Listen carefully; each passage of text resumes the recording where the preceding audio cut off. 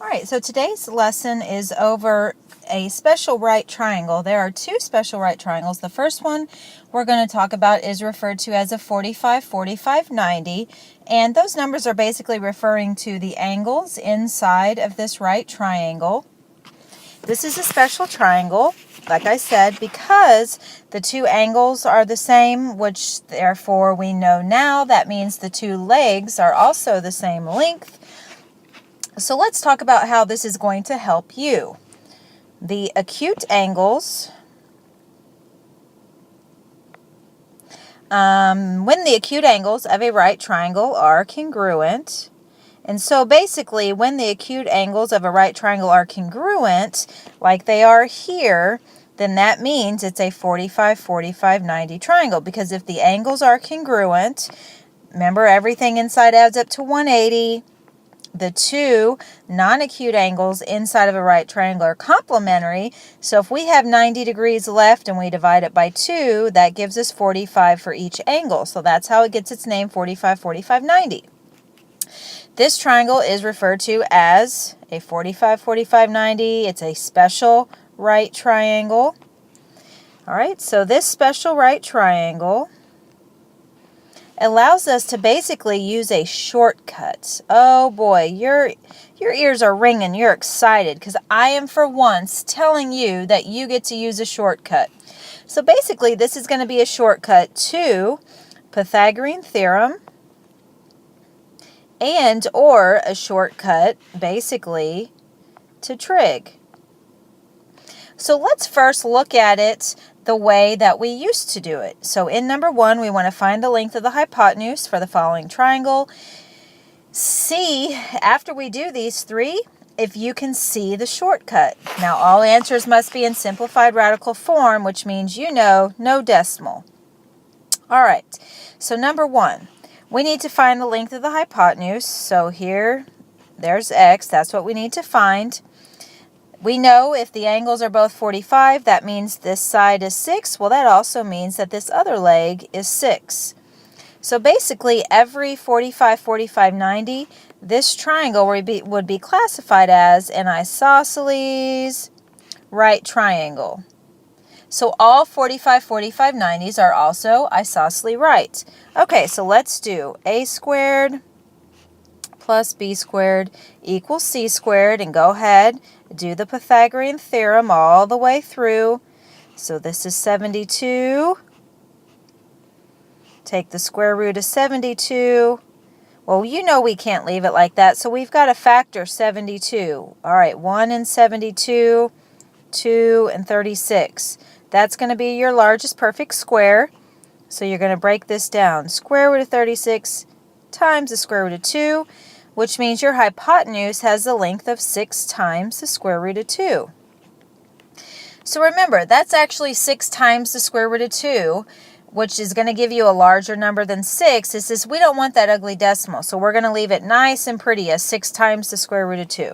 All right, let's do number 2. All right, a squared plus b squared, c squared. So you keep going through, do your Pythagorean Theorem. We have to take the square root of 288, which is not perfect. However, we can factor it to find the perfect square inside. So basically, the perfect square is going to be 144. The square root of 144 times the square root of 2. Square root of 144 is 12, so the length of the hypotenuse here is 12 square root of 2. Do you see it yet? Look at the lengths of the legs, and then look at the length of the hypotenuse. See if you can see the shortcut. How can you get, if you're given the leg, how can you automatically know what the length of the hypotenuse is? Let's do this one. All right, a squared plus b squared equals c squared.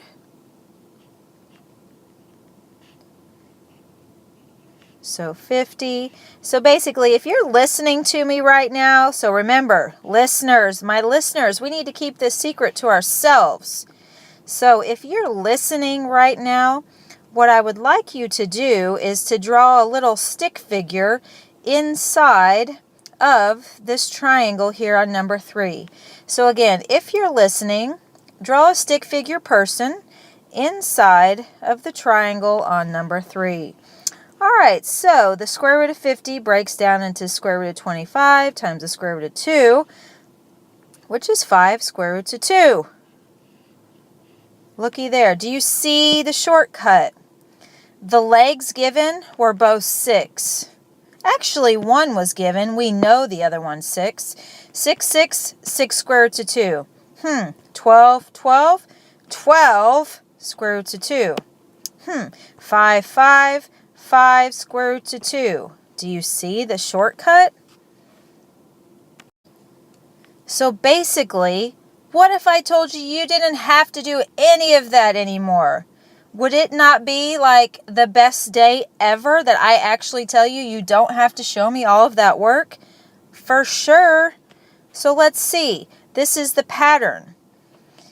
The hypotenuse is always longer than the legs. We know that. All right?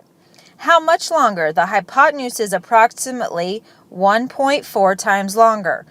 Well, where did I come up with that? Well, we're not using decimals, so what instead I would say is that the hypotenuse is the square root of 2 times bigger than the legs. And the square root of 2 is approximately 1.4. So basically, if you're given the leg here is 6, the shortcut is to say, all right, if it's a 45, 45, 90, if this leg is 6, that leg is 6, then I know all I have to do is take the leg and multiply it by the square root of 2, and that's going to give me the length of the hypotenuse. Bam, you're done. So this is 6 square root of 2. No work needed. Okay, the legs here are 12, 12. This is 12 square root of 2. You're done. 5, 5, 5 square root of 2. So that's the shortcut. Whatever the length of the leg is, you go ahead and multiply it by the square root of 2, and that's going to give you the length of your hypotenuse without doing trig and without doing Pythagorean theorem. So you can see here, again, we said that the hypotenuse is always bigger than the legs. How much? It's 1.4 times bigger. I came up with that number because remember when we kept doing Pythagorean theorem, we kept getting the hypotenuse is something times the square root of 2. So 1.4 is the square root of 2. Now this diagram is on your star chart, so you don't have to memorize what I referred to as the pattern. You don't have to memorize it. So the pattern is that the legs are both represented by an x. The hypotenuse is x times the square root of 2. So your legs are x, the hypotenuse is whatever the leg is, times the square root of 2. So remember, this reads as x times the square root of 2. So it's that many times bigger. The hypotenuse is that much bigger. So let's see if we can solve here in number 4. So it's a 45, 45, 90. You should recognize that because that's 45. If that one is, then this one is. If this leg is 9, then by golly, that one is 9. The pattern is, if this is x and this is x, then this is always x square root of 2. Right now, your x is 9. So if you replaced this x with a 9, your hypotenuse is 9 square roots of 2. That's all the work. You don't have to show any other work. That's what's so fabulous about this shortcut. Now, if I'm totally blowing your mind, that's quite all right because you have so many other tools in your toolbox, aka your brain, to use instead. So can you go ahead and do Pythagorean theorem instead of trying to remember this shortcut? Absolutely. Can you do trig instead of trying to remember the shortcut? Absolutely. You just use the angle, say, oh, this is opposite, this is adjacent. You would do the tangent of 45 is equal to the opposite over the adjacent. Wham, bam, thank you, ma'am. And you'd come out with, however, you're going to come out with the decimal. You're going to come out with the decimal version of 9 square roots of 2.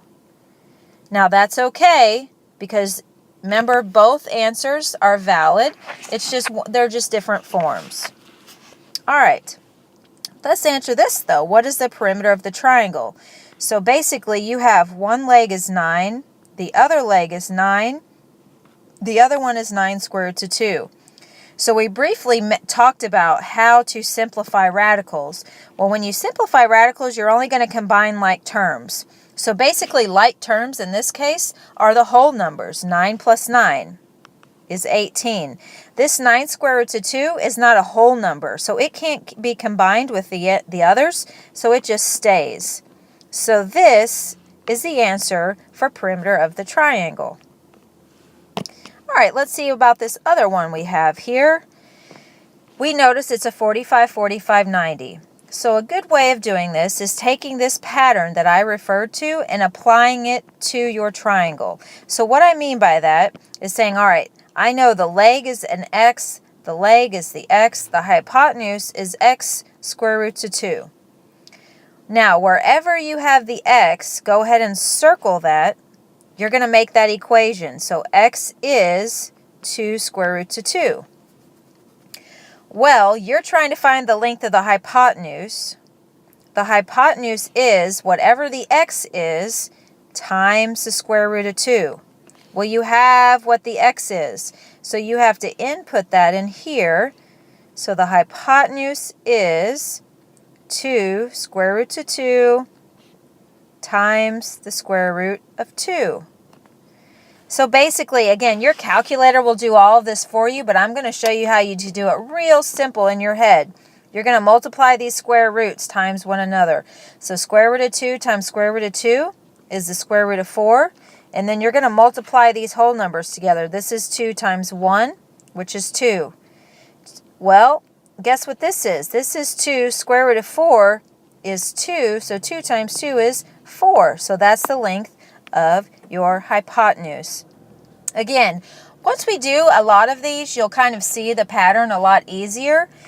And you'll get to love it because it is just shortcut. So I'm letting you use a shortcut. This is your one time only, okay? So take it or leave it. Again, can you do Pythagorean Theorem? Absolutely. Could you do trig? Absolutely. So you have 3 different ways that you can solve this problem. You choose what works for you. So let's look at some of the other ones. All right. So we're going to apply the pattern. And when I say apply the pattern, so again, this is the pattern that's on the star chart that says x, x, x square root of 2. So when you're going to apply that pattern, you're going to ignore any other variables that are on the triangle, okay? So you're just going to ignore those, and you're going to apply your pattern over over what's already there. So this is x, and this is x square root of 2. So basically, whatever piece they've given you, you're going to circle what they gave you. You're going to make an equation out of that. So x square root of 2 is equal to 9 square root of 2. Well, what could x possibly equal? Remember, you got to get x by itself. So divide by the square root of 2, divide by the square root of 2. Those cancel. So x is 9. So now, wherever in your pattern you see an x, you're going to put a 9. So both of your legs are 9. And like I said, yes, if you already see it, sometimes you don't even have to do all of this work before you can actually start to see it, which is really cool. All right, so let's try it again. Apply the pattern. X, x, x square root of 2. We're going to circle what gave us. So this is x square root of 2 is equal to 12 square root of 2. Solve for x. So x is 12. And some of you may already see it. That's fine. So wherever there's an x in the pattern, you're going to put a 12. And this whole process here actually will become more useful when we get into the other set of special rights, the 30, 60, 90s. This whole solving for x method will become a little bit more useful. All right, so if you're still hanging out with me, which I totally enjoy, and thank you for hanging out, I would like you to go ahead and let's see, what can we do if you're listening? I want you to put a heart inside of triangle number 8. So go ahead and put a heart. inside, again, of triangle number 8, if you're listening.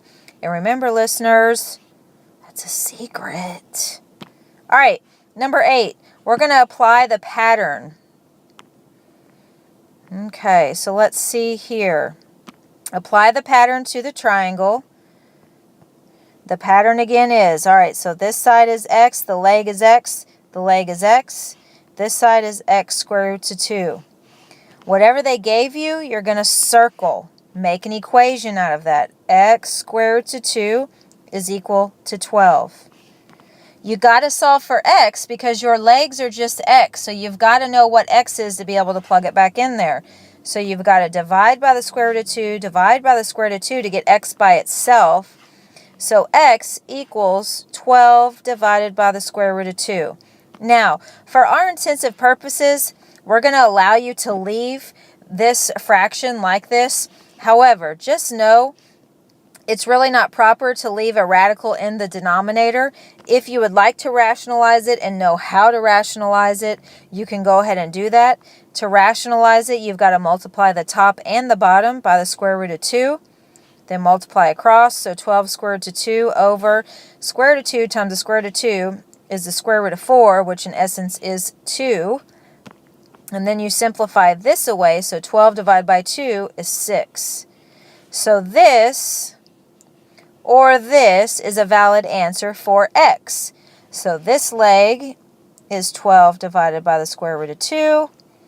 And so is this one, 12 divided by the square root of 2. Again, rationalize or don't rationalize. Now, if you do or do not rationalize, remember you can always check the decimal value and see if the approximate values are the same. So approximately 6 squared to 2 in this, they should have the same approximate value. All right, hope y'all enjoyed the shortcut. Again, remember, like I said, if you don't like the shortcut, you can still do Pythagorean Theorem. On some of them, you can do Pythagorean Theorem if you have 2 out of the 3. And or you can always do trig. You decide.